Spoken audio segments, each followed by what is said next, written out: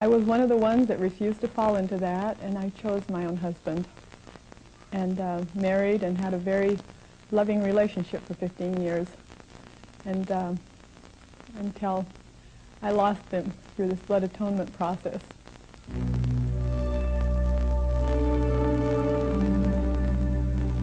Blood atonement teaches that there are some sins that God cannot forgive by the works of Calvary, and therefore the sinner must have his own blood spilled. This blasphemous doctrine not only diminishes the power and the purpose of Christ's blood, but glorifies the atoning power of the blood of the Mormon sinner. While steadfastly observed by Mormon fundamentalists, this anti-Christian principle originated with Joseph Smith and was furthered by later Mormon prophets. This troublesome doctrine of blood atonement blemishes the wholesome public image required by Mormonism's leaders. Today, the brethren in Salt Lake City still grapple over the predicament they find themselves in when having to both affirm and deny blood atonement. For example, the late Mormon apostle Bruce R. McConkie, in his book Mormon Doctrine, denied that the church ever practiced or taught blood atonement, yet on the same page stated that because the blood of Christ is not sufficient to forgive certain sins, the Mormon God requires man to have his own blood spilled.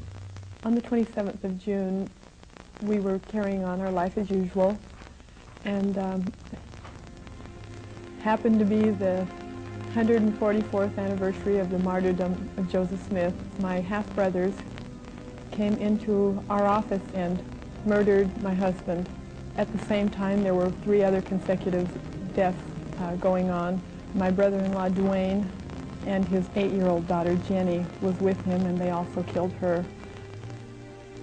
Our names were on the list of to be atoned for. My father believed that we were traitors to God's cause and that our blood must be shed to atone for the sin of turning against light knowledge, as he supposed. Blood atonement is if you have charity enough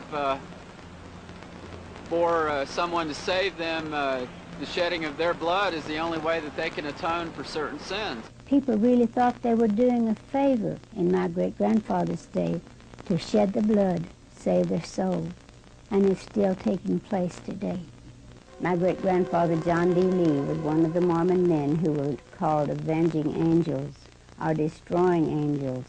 It was their duty, their obligation, to cut the throats, shed the blood of people who were apostate Mormons, who were guilty of speaking against the authorities.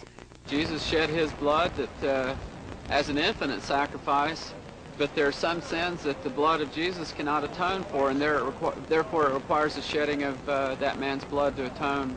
For adultery, for apostasy, for marriage to a Negro, for not receiving the gospel, for lying, for any of the other offenses, they'd have to have their own blood shed to have forgiveness of sin. To put it simply, my father's beliefs stem directly from Mormonism. Not one thing is different than what the early Mormon doctrine is. The original doctrine that Joseph Smith and Brigham Young taught is exactly what I believe. I'm now at present baptizing people, and I have 5 apostles now, and we're out teaching and preaching the gospel, trying to get the Mormons into the original doctrine that Brigham and Joseph had it set on. And I refuse to give it up. I've been cast out of the Mormon church because of it. That's the reason why today people are still killing each other, shedding the blood so they can have forgiveness of sin. And it comes directly from Joseph Smith and from Brigham Young. There's been 27 murders since 1972. My uncle, my sister, my brother Arthur.